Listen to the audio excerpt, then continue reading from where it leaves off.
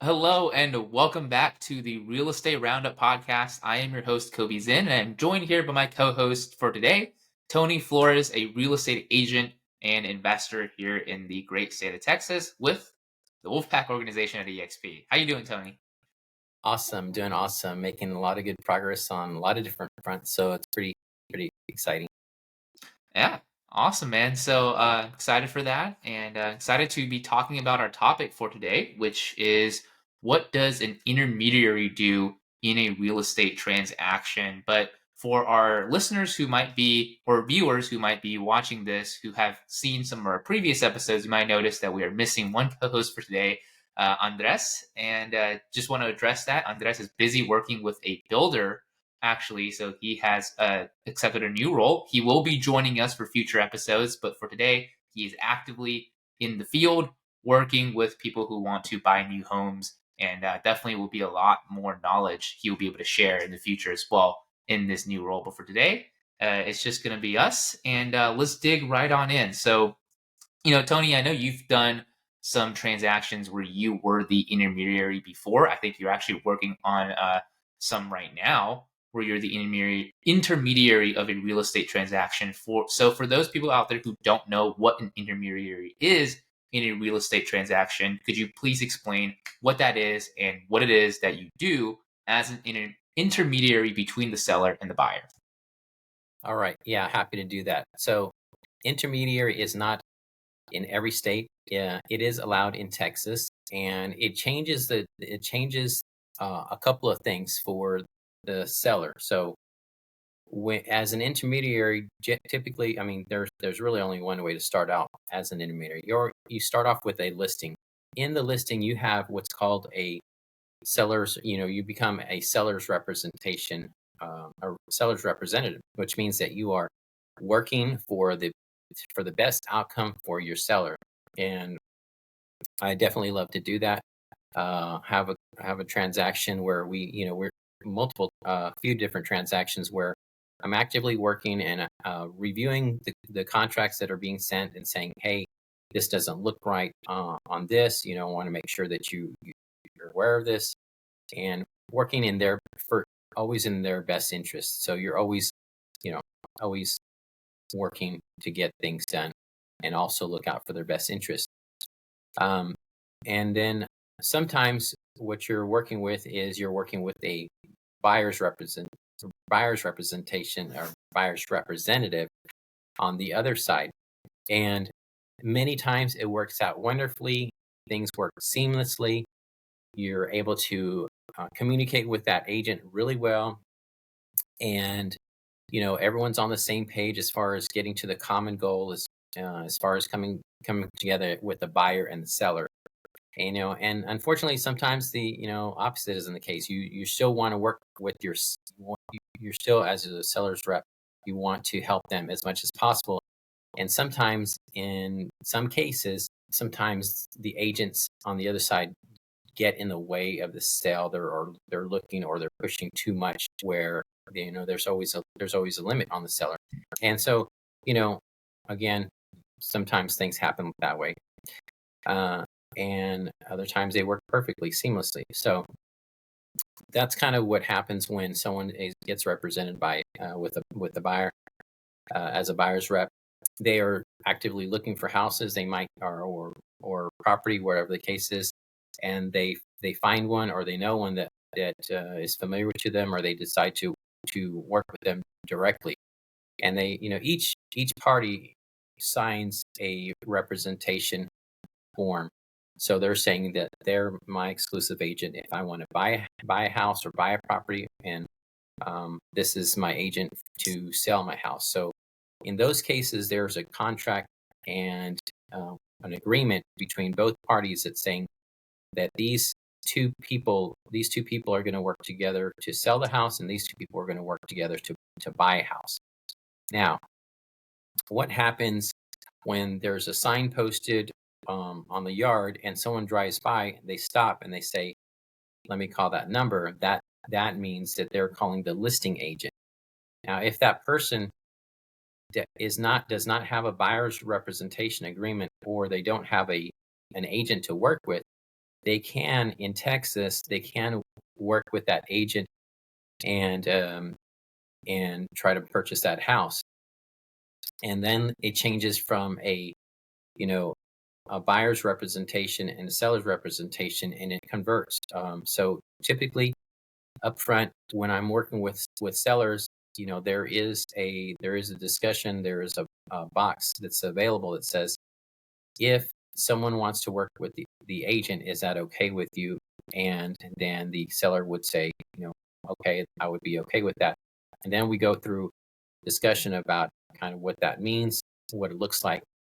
So what that means really to us from a seller's perspective is, now I I cannot necessarily be their advocate in the transaction, but I can be a bridge and act more as what I kind of consider a referee or a mediator in that position. So now there's a few things that I can't do. I can't say, hey, this person has told me that they would spend up to this amount, and I can't tell the seller, or tell the buyer, hey, the seller is willing to take this amount. Let's just write it for that amount.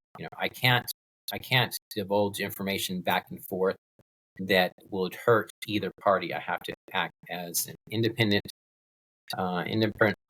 person, and just really, again, kind of work to happen to do the same goal. Work for each other, uh, towards a common goal. I want to kind of read something real quick also, because I think it's important just to kind of cite, kind of what Texas, again, this has to do with Texas. Intermediary relationships have been part of Texas real estate through well over a decade. So even though they're well established, there's still some confusion about how it works. An intermediary broker who negotiates a real estate transaction between two parties, when a broker or sales agent sponsored by the broker has obtained written consent from the parties to represent both the buyer and the seller. So I never say that I'm representing both. And it's here worded by Trek, but I don't say I'm representing you. Well, I also say I'm representing someone else. I say I'm acting as an intermediary. So I'm just saying that as an excerpt there. Okay. A broker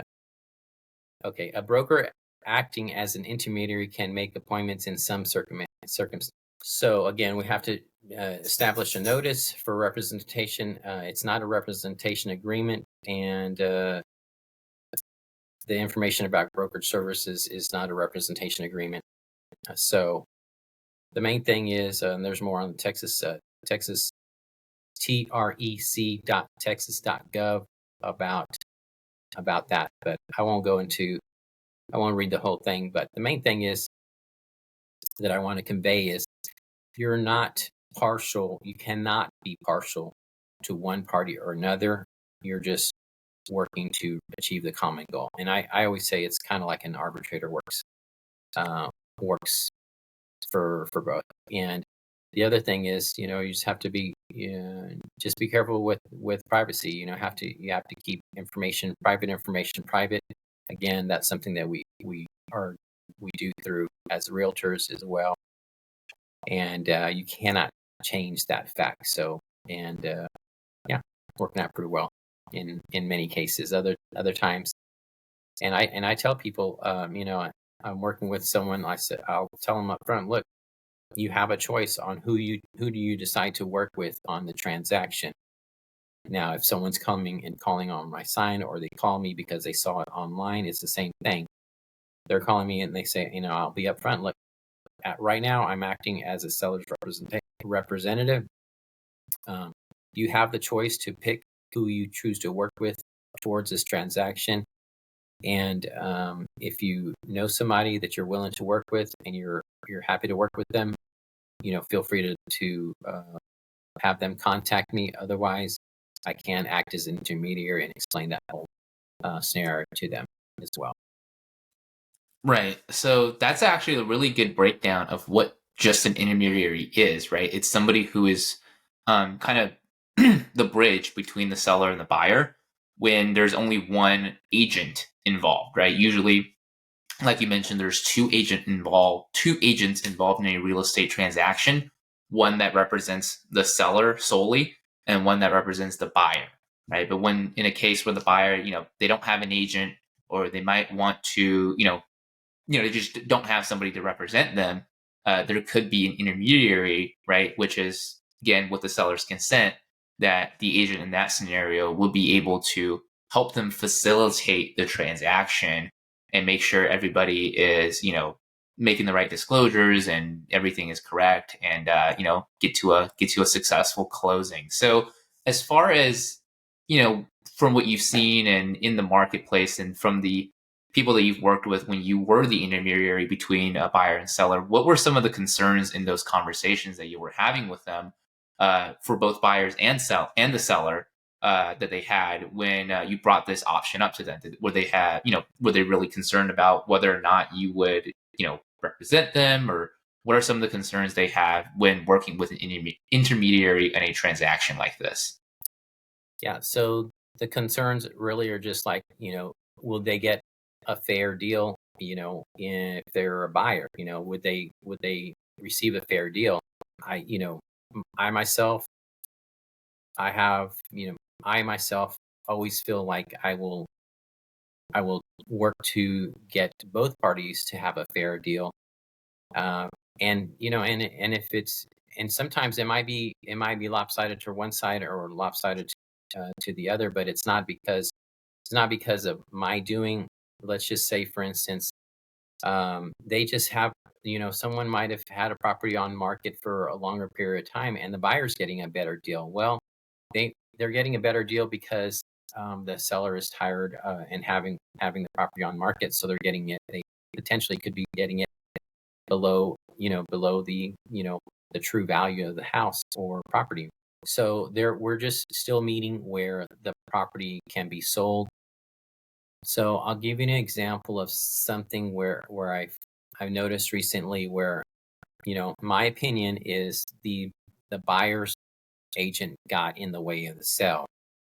So I had a property on market for probably about 2.5 weeks, and typically, my goal is to get it sold, get offers happening right away.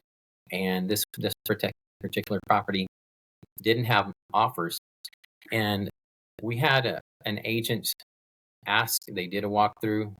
Their clients, um, according to their communication, they loved this property. They loved it. They wanted it. And the agent asked me, "Do you have any property? Do you have any offers in hand?" I said, I told her, "No, I don't have any offers in hand, but would love to be able to receive an offer." And so what happened was they wrote an offer that was about $16,000 less than the asking price. So my seller, who I was representing the seller, said, they weren't interested in that offer. We can counter with a different amount, countered it with a different amount. I actually got a call from the broker, and the broker said, and this is, by the way, there was a couple of days in between when they asked me if I had an offer and then actually sending the offer. So right before they sent the offer, they said, "Do you have any offers in hand?" Again, I said, "I don't, but it's still a fairly new listing, and there's still activity happening on it," which was true. Well, the broker called me and said, "Hey, I don't know why y'all aren't accepting this offer. Do you have any other offers? Do you have any other pending offers?" I said, "Well, I don't have pending offers, but let me ask you this. Are you writing your offer based on the fact that I don't have other offers, or are you writing it based on the value of the home? Because I performed my comparative analysis. I priced it per square foot, with the seller's agreement at a fair market value, and and they weren't offering that; they were offering less. So there was a little bit of an issue there, and the buyers, even though it was told to me that they loved the house. If they loved the house and it was priced fairly, why couldn't we meet? Even with the seller did agree to discount it somewhat from the list price. And so why were we not able to meet somewhere? In my opinion, it was because they, the sellers, the buyer's agent wanted to show a that they are winning, that they got them such a great deal on the house when they could have paid they could have paid a fair price for it and been happy with it. Well, they walked away from the counter offer that my seller offered, which was a couple of thousand below her original asking price. And what happened the next week? We got an offer above asking price. So, you know, again, sometimes just depending on the how agents are kind of thinking through things and not thinking, in my opinion, not thinking with the best outcome for their client. Their client had to look for another house that they would have to fall in love with, and maybe they did, and maybe they're happy with what they chose, but it wasn't a fair price for my seller, and that's where we kind of stood the ground on that. Yeah, that's actually a really good story, of not just what it is that agents should be doing, right? If you're a real estate agent out there listening to this, hopefully you got some value out of that story of what to do and what not to do. But also a good example of how you're protecting the sellers in that scenario as well, of what you've been able to do and helping them actually get, at the end of the day, a better offer for that as well. So I think another question a lot of people will have when it comes to working with an intermediary, right? Of somebody who is kind of in the middle brokering the facilitating the transaction is what exactly are the services that an intermediary agent is providing, what it is that you do for the seller, what it is that you do for the buyer, right? What opinions are you able to give, or if you're able to give those opinions at all, because you do want to make sure that you're protecting both sides. And it really is for those listening out there, right, it really is you have to juggle a lot there, right? You want to make sure you're fair and you want to make sure you're impartial. So what does the services look like when you are acting as an intermediary, and why should a buyer or seller work with an intermediary in the middle? Yes, so good question. And I can probably say that there's probably less opinion that can be provided and more, what was the word I was going to say? So there's less opinion that you provide as an intermediary, and more of a, hey, these are kind of the steps when we're putting forward an offer, um, you know, offering inspection periods, option periods, things like that. I'll have to come back to this question. So you're more so explaining the facts, right? Yeah, Is that more right, you're right. doing, explaining the Acting as an facts? And intermediary, you're going through the facts more than you're going through your opinion. You can say, hey, you know, hey, you're not necessarily what I provided to you know one of the people that I'm working with as an intermediary. I had already performed a CMA, and on the CMA, this is the comparative market analysis. I had provided this to the CMA, and I kind of walked through, here's what's currently on market at this time in this in this area, and this is what's sold. And I showed them essentially, without cutting anything out. I just showed them, hey, the value of the other properties they're selling in this area with similar acreage is it appears to be, fairly priced, if not, you know priced in the lower quadrant. So that's more like a fact. I can't say this is a great deal. I can't say this is the best, this is one of the best deals you'll find in the area. So that's my opinion. But I can say, compared to these other properties, this property seems to be priced in the range where it's fairly priced. right. Yeah, so that's actually a good example of what it is that you are doing, right? Because as in real estate, the transaction is very complicated. There's a lot of moving parts, and for some people to just try to go at it alone, it can be very difficult. And that's one of the things I think as an intermediary you are able to do, right? Which is actually just helping facilitate the transaction, helping both the buyers and the sellers explain what the timeline looks like, what they have to do first, what are the steps in order for them to actually go through with the transaction, because there is a lot of things that needs to be coordinated. And as an intermediary, and again, you can correct me if I'm wrong, but that is something that you are doing, right? Is helping them coordinate the entire transaction and making sure that things are moving forward and moving forward in a positive direction. Right. Yeah. And that's the thing that I have to, it's always something I'm very conscious of when I do act as an intermediary, is not to be partial to one side or the other, but just explain it as fair as facts. This is, this is kind of the norm. In one case, the the buyer didn't want to offer a 1% earnest money. And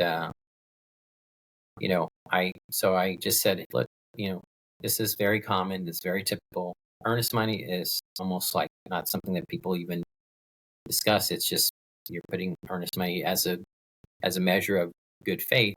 um, and he still wanted to put a lower amount. And what did I do? I didn't fight him on it. I did what he asked me to do.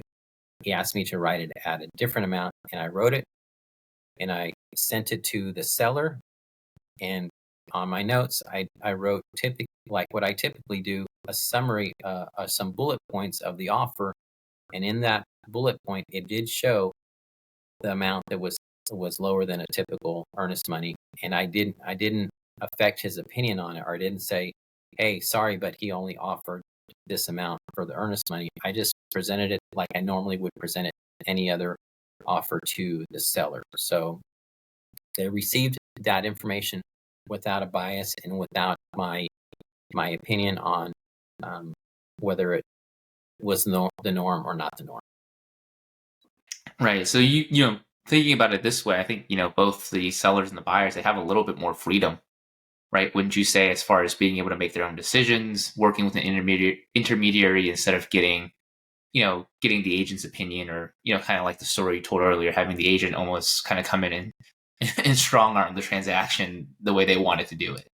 Yeah. So again, some people, it works perfectly seamlessly, and and other agents can be really, really strong to work with. So I certainly like working with great agents that are helpful in the transaction. And in my experience, sometimes that's not the case. Sometimes I feel like they do get in the way. And it's just like any other workplace, right? Any other workplace, you work with different types of personalities. And I've worked with people that sometimes get in the way, but the best option for my client was to get that deal done and to get this deal closed. So I worked with that agent, and we got to the closing table.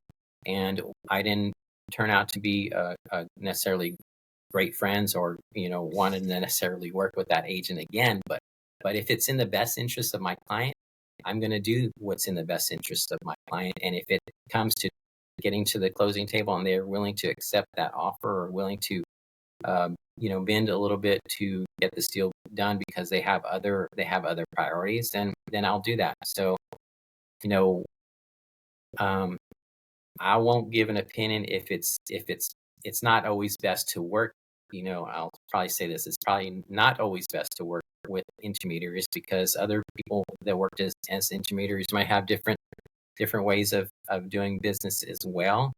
You know, um, the way I've worked, I have personally purchased a home through an intermediary. I used someone as an intermediary, and in that case, that person did not disclose to me, "Hey, this is one of my personal friends that we go out and hang out all the time." So, what could there have been? Could there be been some bias in that scenario? Yes, but can I assume that? No, not necessarily. But I would have probably liked to have been disclosed that information when I was working with him, when he was representing. Well, when he had worked as an intermediary. Now, I didn't have my license at that time, but I would have liked to know that information just for my own sake. Right. And I think we'll wrap up with this here. And you brought up a good point, which is the disclosures that you do have to make as an intermediary. So, what are some of the things you have to disclose, right? Because you mentioned in the beginning, usually intermediaries start out as a seller's representation agent, and then as a buyer comes along, then there's the option for the listing agent in that scenario, the agent representing the seller, right, to become an intermediary. So what are the disclosures you have to make? Do you have to disclose certain things to the seller, disclose certain things to the buyer? And you would have already had some information, right, from the sellers as well. What are some things you can disclose? What are some things you can't disclose in order to remain as impartial as possible? Yeah. So in Texas, we have what's called the information about brokerage services. It's, of course, the buyer and the seller, they're filling out all kinds of paper left and right, but that's where it really talks about what an agent acting as an intermediary is allowed to do. The main thing is they have to be, they have to be fair. They have to be honest with the parties. If there's something that is pertinent to the transaction, then that it must be disclosed. So if it's pertinent to, say, for instance, hey, the seller, you know, put something on the seller's disclosure, then we could. I can't talk to the seller, help them fill out the disclosure, but I can review that information as the intermediary with the buyer, and so there's I like to just read through everything on the IABS on what we're supposed to do and what we're charged to do, and if I don't do that, um, it's actually against law. So I don't want to do things that are against law. Right. Absolutely. But no, I think it was a great. You shared a lot of great tips today on what an intermediary does, and also share, just really shed some light on why would somebody want to work with an intermediary, and how they can actually help both the buyers and the sellers facilitate a real estate transaction. Which, as we all know, there's so many moving parts and components to it. Right.